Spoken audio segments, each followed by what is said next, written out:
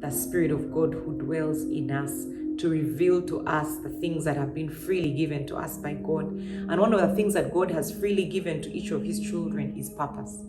There's no one who is born purposeless. Paul writes in the book of Ephesians and says that we are his workmanship.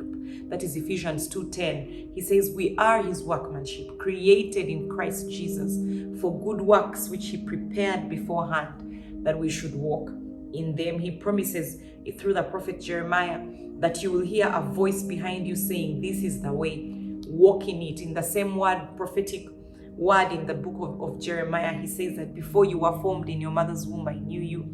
Before you were created, I sanctified you a prophet to the nations. That each one of us has been born with a specific purpose in our generation. And for the longest time, at least I remember when I was in secondary school, mostly I was so obsessed with, why am I here? And I think that that's a question which, if you don't ask yourself in your generation, then you live a life that has not much meaning and depth. That everyone at some point on the inside of you is something crying out, something of God crying out to say, why am I here?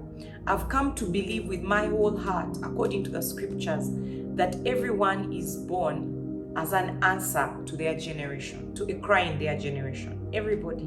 Because when you look at different people who God decides to highlight in their journey in the scriptures, and I'm going to show you different people who you realize it's unique, the way it looks like, is that God actually anoints and sends everyone in their generation to serve a purpose.